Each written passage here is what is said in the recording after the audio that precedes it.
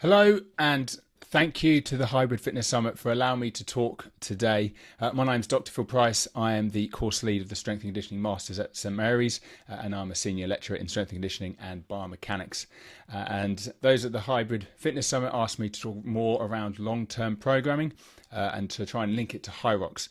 So I'm going to try and explain some ideas which I think will be quite important for the development of Hyrox performance. So to do that, I'm going to focus a little bit around determinants of Hyrox performance. And then because I'm going to go a bit more mechanistic and a bit more on the endurance side, I'm going to focus more around explaining some muscle physiology and some VO2 kinetics and why I think these are important, and we might want to try and bias our training to focus on developing these qualities. And then with that, I'm going to lead into some ideas around planning your week and then long-term planning. Some of the ideas are quite general, but that is quite deliberate. So that means you can utilize these ideas to then add your own flair to them. And also you have scope to make any changes based on athlete goals, make everything much more individualized for your athlete. So there isn't really much research around Hyrox and the determinants of performance. But what I've done here has been quite crude and explained some factors which I think are quite important. So if we start very general, obviously you need to be a very good runner. Like half of Hyrox is running, and people are often focused way too much on the individual exercises, whereas a lot of the time, if they're a better runner, they'd probably be much better at Hyrox just because half of it is running. Obviously, you're going to be moving between stations, and then within each station have their own movement mechanics, muscle contractions. So each require a good level of muscular endurance. And you do need a certain level of strength. Obviously, the sled pull and the sled push are particularly heavy, particularly if the carpet isn't playing ball. So you do need a good level of strength, but I wouldn't necessarily feel it's like one of the main factors. You could have a good level of strength in sort of basic strength exercises, but I don't think you need to get even stronger to necessarily be better at Hyrox. Now, specifically in terms of mechanisms, what I think are quite important are the good movement of oxygenated blood to the working muscles. We know that we need oxygenated blood towards the working muscles so it could use that for energy. So getting that blood there and to be utilized is really quite important.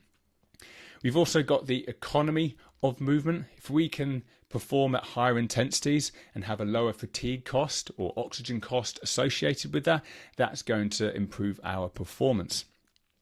And another thing, we need to make it cyclical, and I'll explain what I mean by that. But we're going through different stations, but really we want to make it look like we are just going for a run if we measure ourselves physiologically. So first of all, in terms of getting good oxygenated blood to the muscle, we want certain qualities which allow a lot of oxygenated blood to get to the muscle. So we need the capillarization, so lots of capillaries surrounding the muscle, and we also need them to dilate well, so that will increase the surface area increase the surface area of the capillary in contact with the muscle, so you have a greater surface area for diffusion. So that's really quite important. And another thing which is really important is that every time that your muscle contracts, it places pressure on the capillaries, almost like acts like a tourniquet. So what's important is that you have contraction because you need it for force production, but you also have relaxation straight away after it. That will enable you to have better venous return, so the blood goes back, so then more oxygenated blood can go. It's a cyclical process. And if you're stopping it by having muscles which activate too long and don't relax properly, you are going to limit that. You've also got to improve the brain's ability to allow the body to redirect blood to different working areas. So you start off Hyrox with a run, then you move on to the ski erg, then you move back to the run. So the body has to direct blood to the legs, then to the upper body, then back to the legs. Now, the brain wants to try and limit this because if it starts sending blood to all parts of the body, your blood pressure is going to drop and that can cause you to faint. The body does not want to do that. So the body kind of needs to get used to moving blood around without it sending blood everywhere, so that blood pressure drops. And that's a skill that can be developed over time. So you're not necessarily training the brain, but you're kind of allowing the brain to see that the body's capable of doing that without dropping blood pressure too much.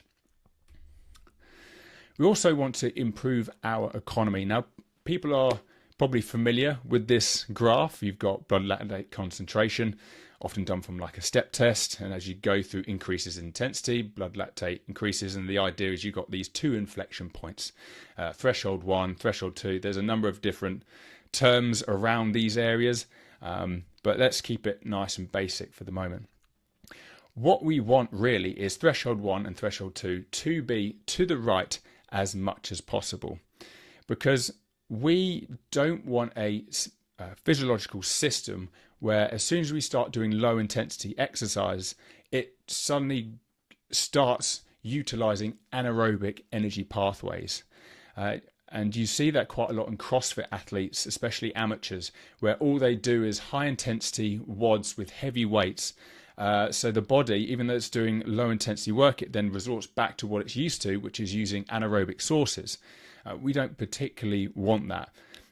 We train for that, but by training that too much, you then become reliant on it. So really, we want a threshold that's thresholds that are moved much more to the right. So that means we are going to be producing less blood lactate at higher intensities. So the body's much more efficient at clearing it. It's much more efficient at utilizing it when we do require anaerobic sources, and that's going to improve our performance.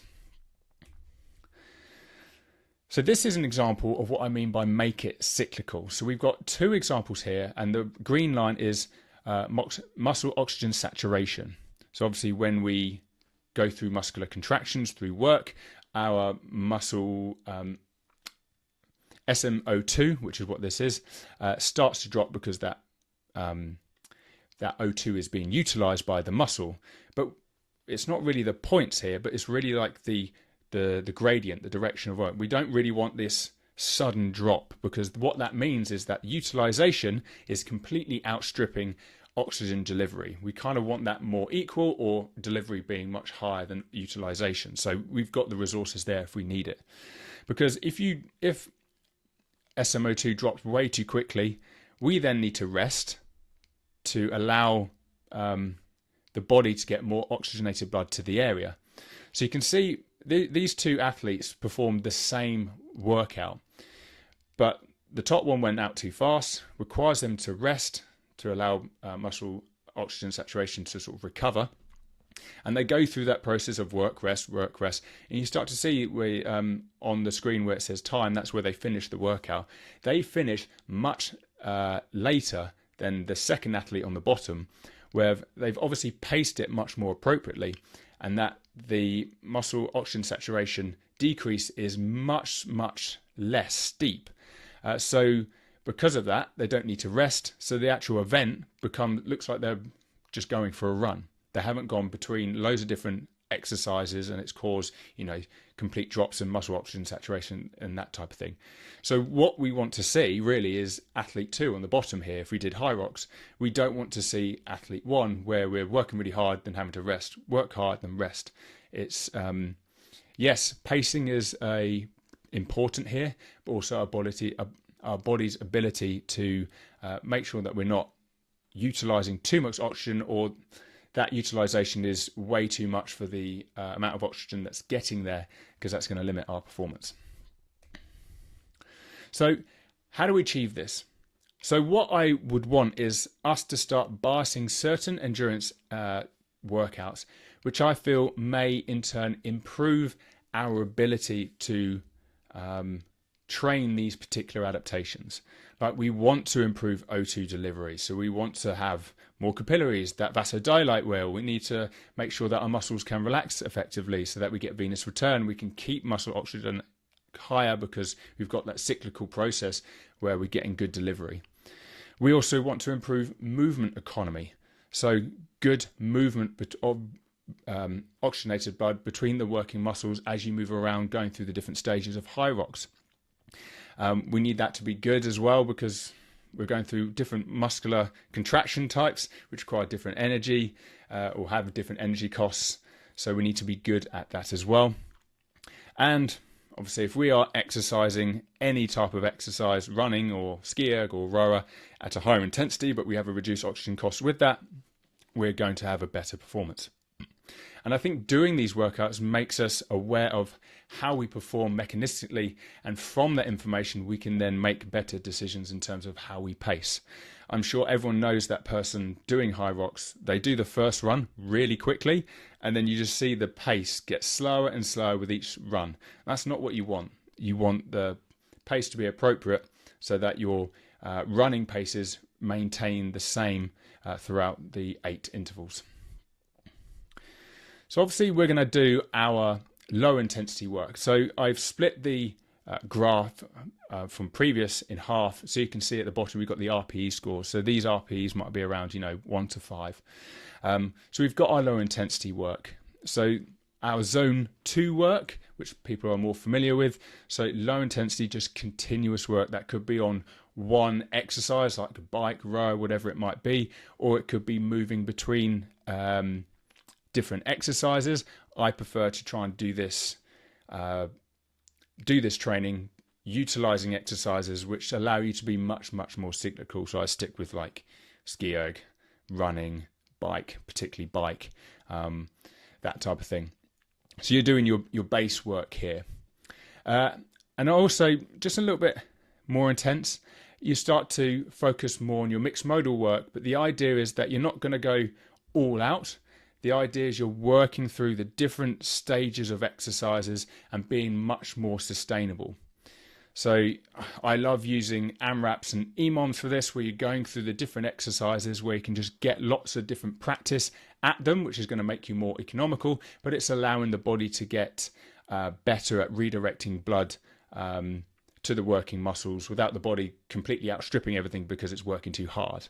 And the idea behind this is that you're not really going any heavier than, we've got RP 7-ish, but I try and see it at the sort of just over the first threshold, or more into that sort of heavy domain. But the idea is like lowish, moderate intensity, sustainable effort that you can do for a longer period of time.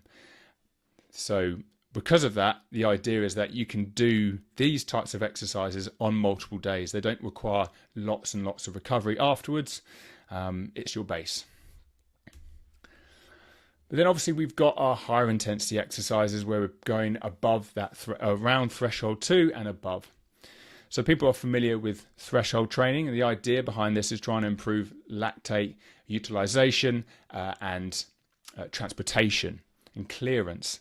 So we're training at a much higher intensity, but it's still sustainable. And what I like about threshold training is that you might do longer intervals, but because we're trying to focus on developing those lactate qualities, the rest periods are relatively short, or over time you start to make them shorter, so your body's getting better at dealing with that. You've also got the ability to make changes to your intervals. So that might be that, say you're doing 8 intervals of 500 meter row, and you might do the first few slower and then the last few at a much higher pace, or you might change the pace as you go through the interval. So you're doing 500 meters, you start very slow or very fast, and then you either decrease the pace or increase the pace as you go through it. And I think they're really good strategies. So for example, if you did an ascending strategy where you started off really low, that allows you to improve or ramp up the cardiovascular system. So it's very good at making sure that your oxygen delivery completely is much larger than your utilization, which I think is important. So if you struggle with delivery, that's a good strategy to use.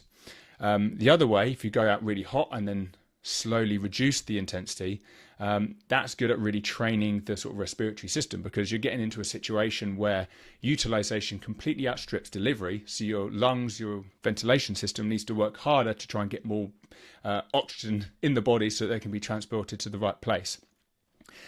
So different strategies for different limitations, especially if you get to a certain stage and you realize it's just, I feel like my lungs are just struggling to keep up. You probably might have a bit of a respiratory limitation there, and this strategy might help develop that over time.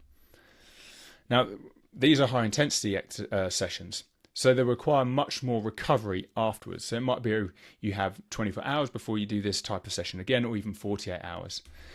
48 hours particularly for these particular sessions, because these are particularly fatiguing because you're really working at an RPE of around 9. Lactic power training is more like your sprints, so you're trying to maintain power output. So you might have like a 10-second burst, and then you've got like 2 minutes worth of rest after that. You're trying to maintain that with each interval.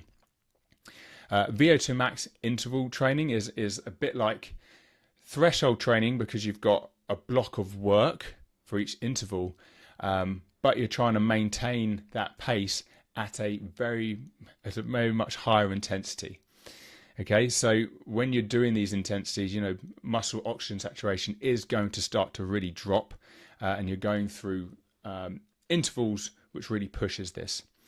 Deoxygenation training is a little bit different, because with lactic and VO2 max training, interval training, you are trying to maintain that power with each interval. Deoxygen training is that you're doing a particular interval, but you're kind of working hard to the point where muscle utilization happens a lot, so saturation really decreases, your SMO2 value really drops, and you're practicing staying in that state. So these are particularly hard intervals. So because you're staying in that state, you're going to get a lot of waste products. So you're trying to improve your tolerance to acidosis, improve your buffering capacity. You're trying to improve your ability to really push and stay within a state of lowered O2 saturation levels. Now, if I think about how to program this long term, I think people often overcomplicate it.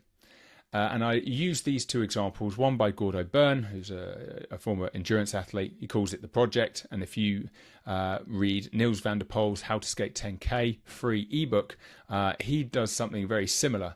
And that's why I often utilize these two examples the same, where a lot of your work or aerobic season is actually really large.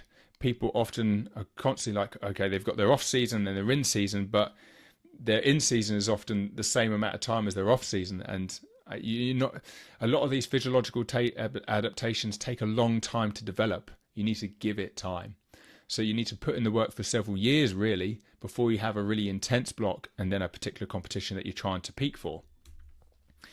Now, with this graph on this picture, okay, so these two triangles are the same size, but really the block would be much smaller in time. I made them the same size so I can show you the point I'm trying to improve. I often have like the main work, you've got around 10 to 20% of that is your high intensity work. Now, I gave examples of the high intensity work previously. So using them a bit more sparingly, because it gives you an opportunity to work on that, do high volumes of work of the other examples, the sort of zone 2 work and your mixed modal, more lower sustainable work. But that doesn't mean that you can't do a competition. Like, you can't do Hyrox simulation. You're just doing less of it. Your total work is of high intensity work is just worked up as a less percentage. So it doesn't mean never compete or anything like that. It's just that you would incorporate that into your training program and it would make up this small component.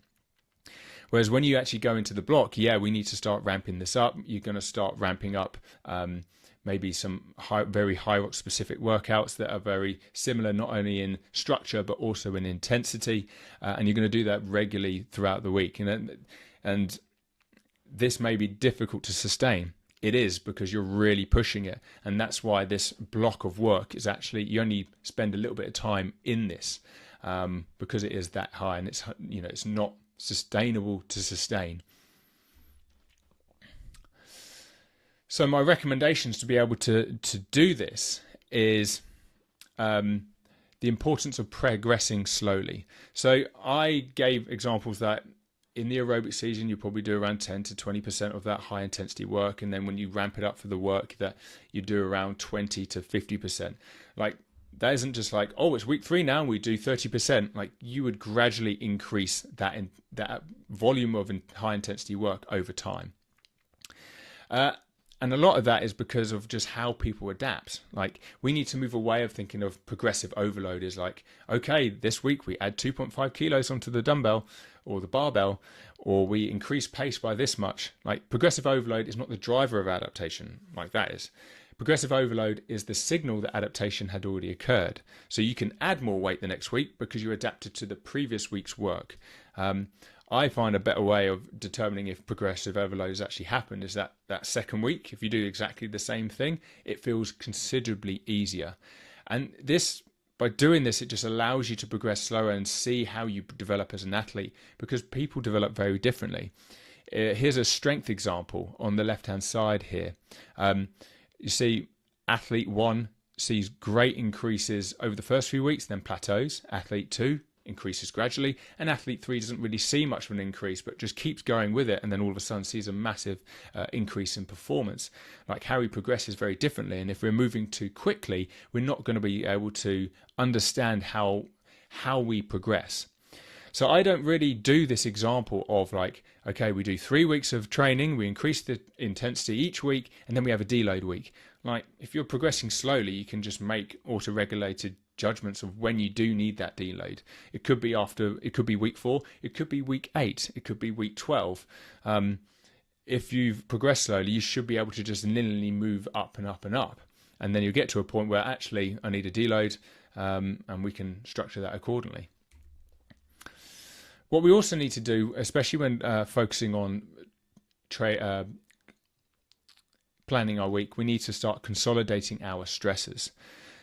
So we might have our high volume work at one side of the week and our high intensity work at the other side of the week, just because each create different types of fatigue and we're kind of keeping them separate. It becomes a bit more difficult once we get to the high intensity block of work because we need to do more of it.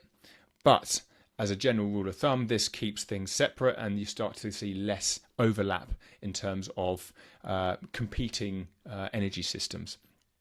And, you know, we don't necessarily see, oh, here's your strength exercise and here's your endurance exercise. Like, if high force output, you've got your weight training and your sprinting, or your alactic power training, they're kind of at the beginning of the week because they develop similar adaptations. It isn't like the body's gone, oh, you're running now, this is endurance training.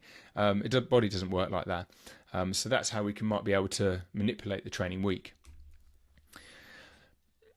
What we also need to do is start prioritizing our hot sessions. If we want to make sure that we are moving certain sessions either side of the week to keep them separate, but we also know that if we do high intensity training, we might need 24 to 48 hours in between high intensity sessions to make sure that we're fully recovered. We need to identify which sessions are those sessions, and we just need to make sure that we are prepared for them. So I've got a book here which I've taken this idea from, and funnily enough, Dr. Dan Cleather is actually my PhD supervisor. It's Professor Dan Cleather now, but I remember explaining my ideas to him, and then he was actually writing very similar ideas in his book, which then got published, and it was this. Ultimately, you've got certain sessions of the week which either they require the athlete to be as fresh as possible when starting the session, and they require the greatest recovery afterwards. So not every session is going to require that. You're going to have lower intensity sessions and higher intensity sessions, but the higher intensity sessions are the important ones, so we need to prioritize them. And we do that by following these 2 rules. So here's an example. Here's us going through the work or the aerobic season, and we have our main strength exercises or sessions on Monday. So you're doing a men's strength session there, we're doing sprints, and we've got our more high volume zone 2 work towards the end of the week, which is on a Saturday. The hot sessions are highlighted in orange, and they're kept apart because that's when I see them, because I'm trying to make sure that we are fully recovered before we do them again. It doesn't necessarily mean that we are avoiding other training. It just means that we're not putting those high intensity sessions next to each other.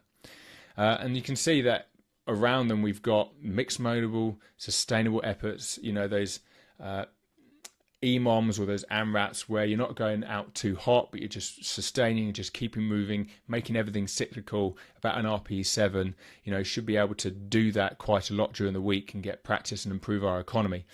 So that's why we're doing these types of types of training sessions.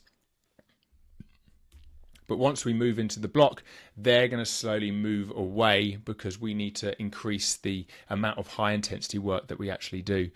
So we've got our lactic power training, we've got VO2 max intervals, and because they are faster paced stuff, it's kind of towards the beginning of the week.